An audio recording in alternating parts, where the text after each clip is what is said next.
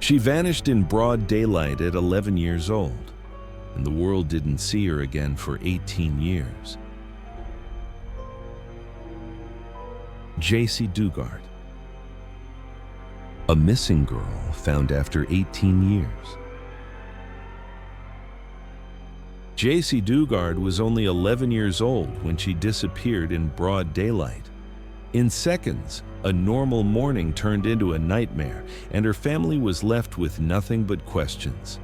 For 18 years, Jaycee was hidden from the world, trapped behind fences and silence.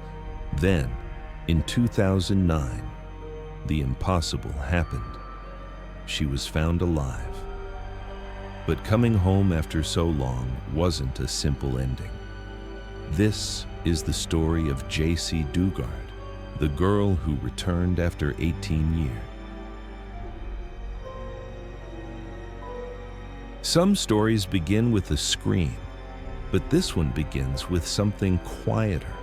A normal morning, a familiar street, and the kind of routine that feels so safe you stop noticing it.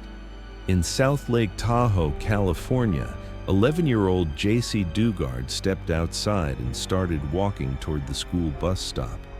The air was crisp, the neighborhood looked like it always did, and nothing about that moment suggested it would become the last ordinary morning of her childhood. What makes cases like this so haunting is how quickly the world can change. Jaycee didn't vanish in the middle of the night, and she didn't disappear in some isolated place where danger would have felt expected. She was taken in broad daylight, close to home, in a way that left behind almost nothing for people to hold on to.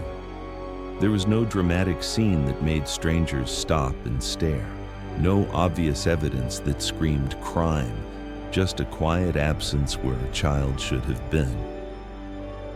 One moment she was there, walking toward the bus stop like she had done before, and the next she was gone. At first, the fear didn't arrive all at once.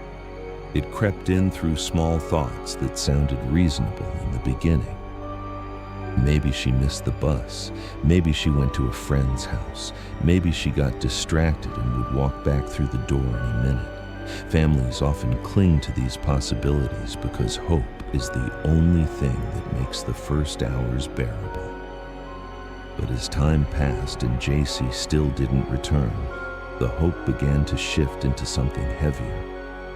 Minutes turned into hours, and the silence started spreading through the house, through the street, through the people who were suddenly outside looking in every direction at once. Soon, the search became urgent and chaotic. Phones rang, doors opened and closed, neighbors stepped out, and familiar streets started to feel unfamiliar.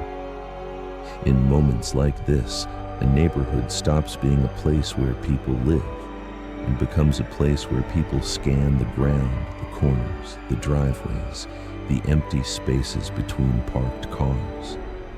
And somewhere inside that growing panic, one thought began to take shape. The thought no parent wants to say out loud but can't ignore once it arrives. Someone didn't just lose Jaycee, someone took her. The first missing posters always feel like a promise. A face, a name, a phone number, and the belief that if enough people look closely enough, the missing person will come back. In the beginning, the search for Jaycee Dugard moved with that same desperate urgency, because every hour matters when a child disappears. People walked the streets, checked yards, knocked on doors, and looked for anything that didn't belong.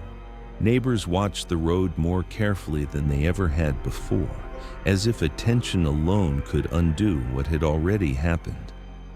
But what makes a case like this so cruel is how quickly it becomes clear that there may not be an easy answer. A missing child investigation can be full of false leads, confusion, and hope that rises and collapses over and over again. The police have to act fast, but they also have to act carefully, and families are forced to live in the space between those two realities. For Jaycee's mother, Terry Probin, the days that followed were not just about finding her daughter. They were about surviving the fear that her daughter might never be found at all.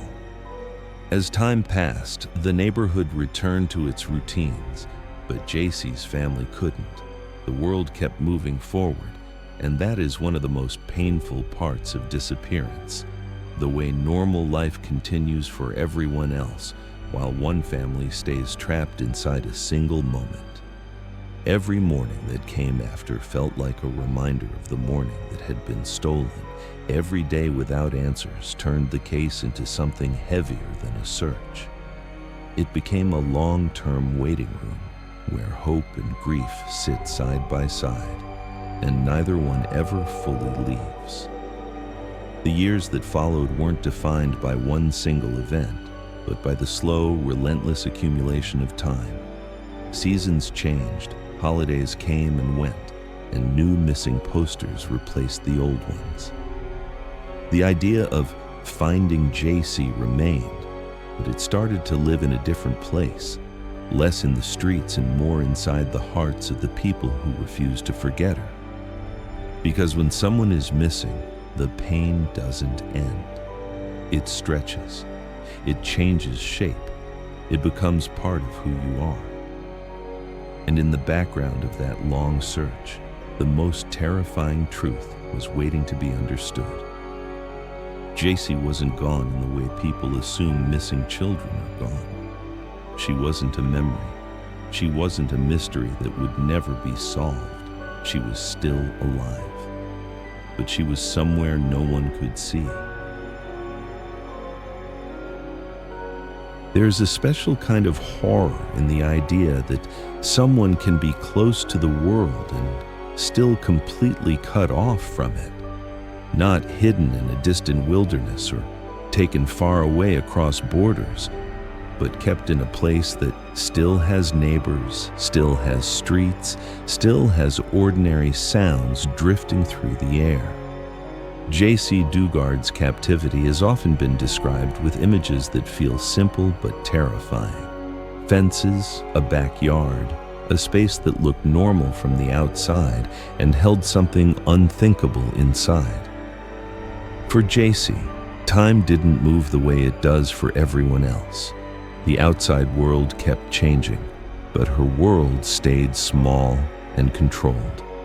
In captivity, life becomes a series of boundaries where you are allowed to stand, where you are allowed to look, when you are allowed to speak, when you are allowed to exist without being watched. Privacy disappears first, then freedom, then identity. And slowly, the person you used to be begins to feel like someone you once knew rather than someone you still are.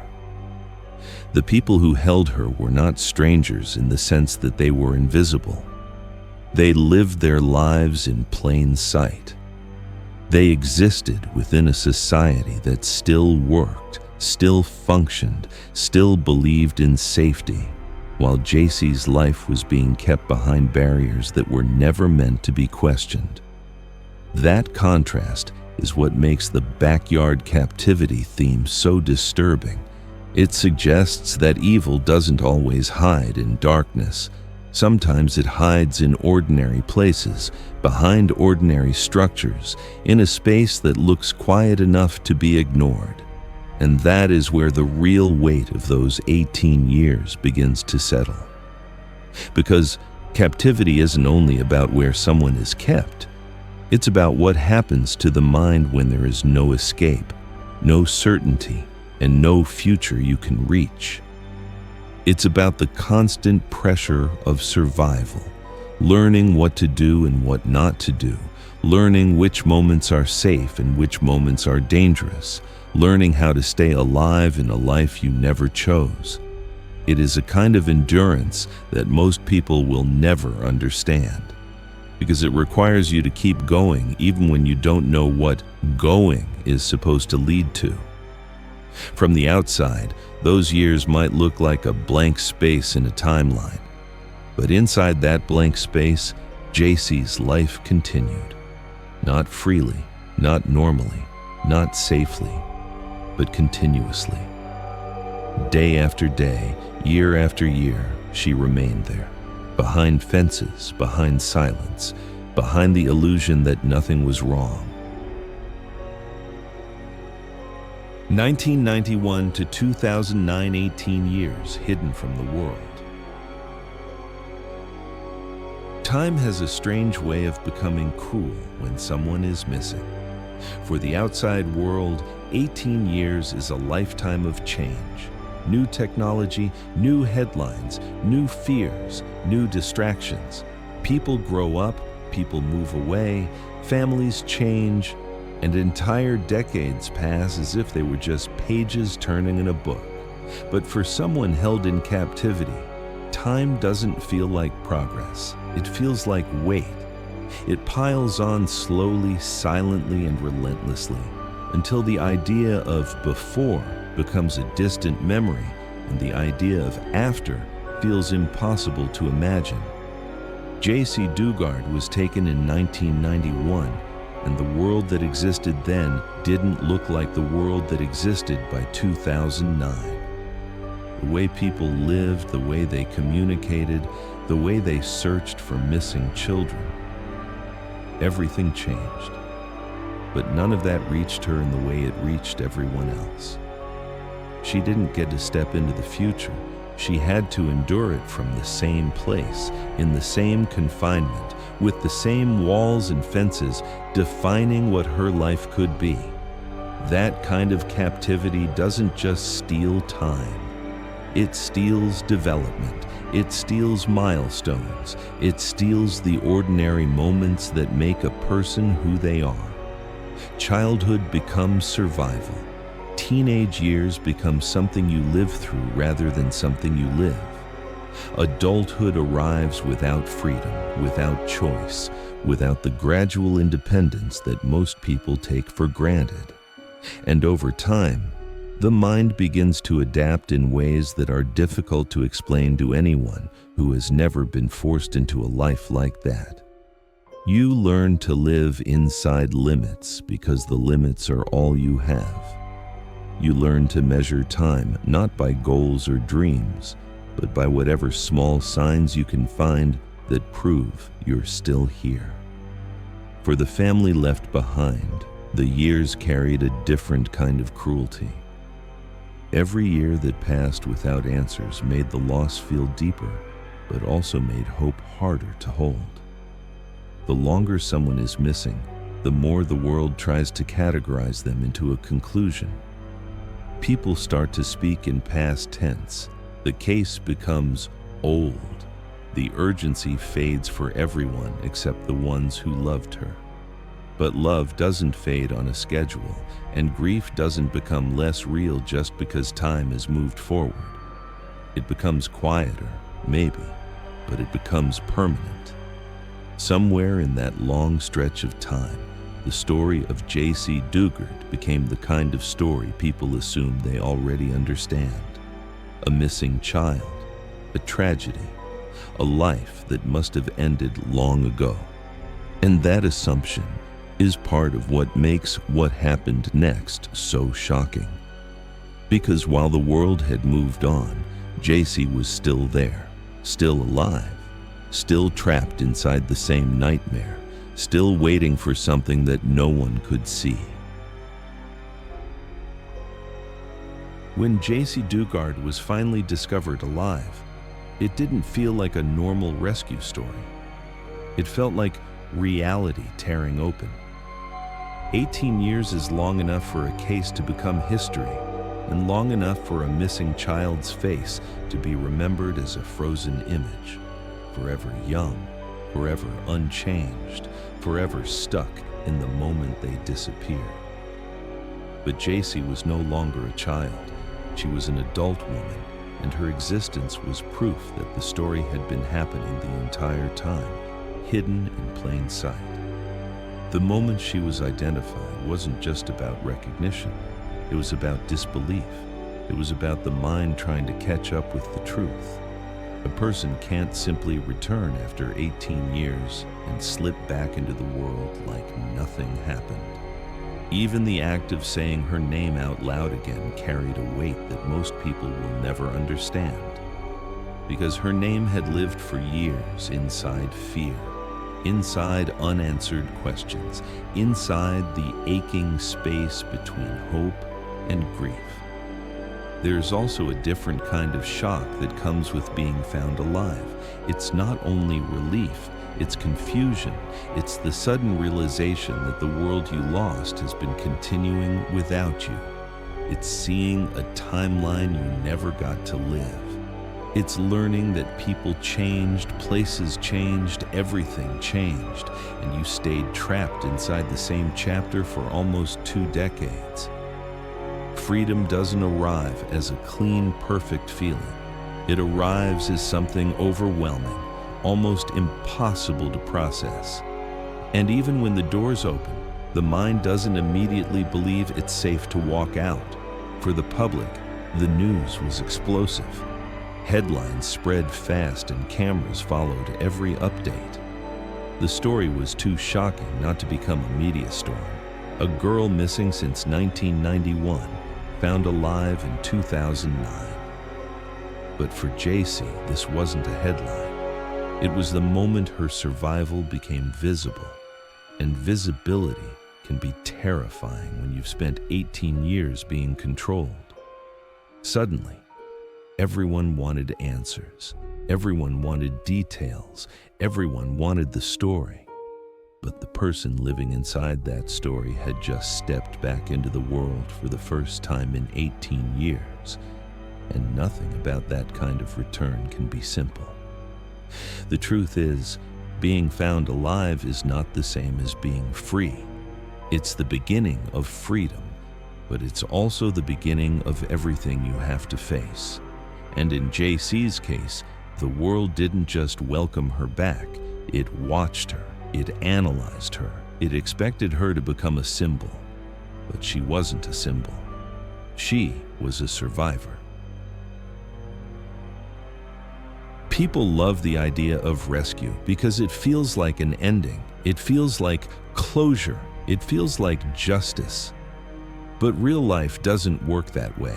When someone returns after 18 years, the world may celebrate the fact that they are alive, but the survivor has to live with what it costs to stay alive.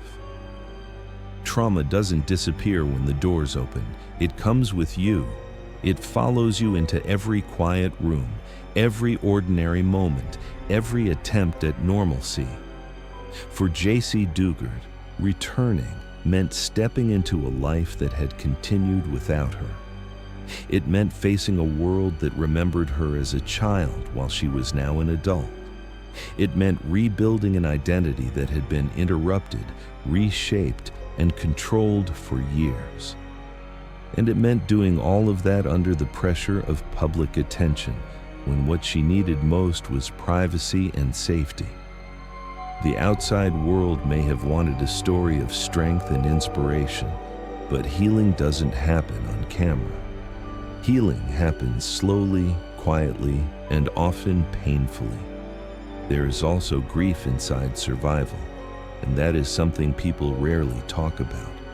Grief for the years that were stolen, grief for the person you might have been, grief for the milestones that never happened. Even when you are alive, you can mourn the life that was taken from you. And that grief can exist at the same time as gratitude. It can exist at the same time as relief. Survivors often carry contradictions because survival itself is complicated. What Jaycee represented to the world was hope. The idea that missing people can come back, that miracles can happen, that the story doesn't always end in tragedy. But what Jaycee lived was something much harder to explain. She lived the reality that survival is not a finish line. It is a long road. It is waking up every day and learning how to be free again, learning how to feel safe again, learning how to exist in a world that once believed you were gone forever. And maybe that is the true echo of her story. Not only that she returned after 18 years, but that she had to rebuild herself from the inside out. Because some stories don't end when someone is found. They echo long after the headlines fade, long after the cameras leave, and long after the world decides to move on. The survivor still has to live. Jaycee Dugard's story is one of the rare cases where a missing child returned home after nearly 2 decades. But rare doesn't mean impossible, and her case reminds us that disappearance doesn't always look the way we expect it to. Sometimes it happens in broad daylight. Sometimes it happens close to home. Sometimes it stays hidden behind ordinary fences, in places people walk past every day without realizing what they're not seeing. Next on True Echoes.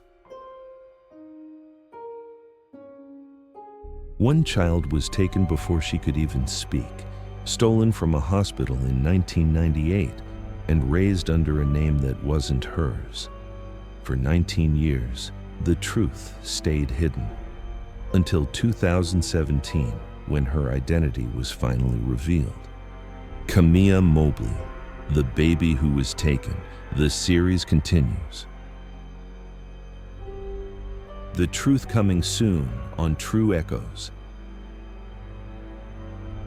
And when someone does come back, the world may celebrate the ending, but the survivor begins the hardest part, learning how to live again. Because rescue is a moment, but healing is a lifetime. What do you think about this case? Let's talk in the comments. And step into the echoes of truth. To be continued.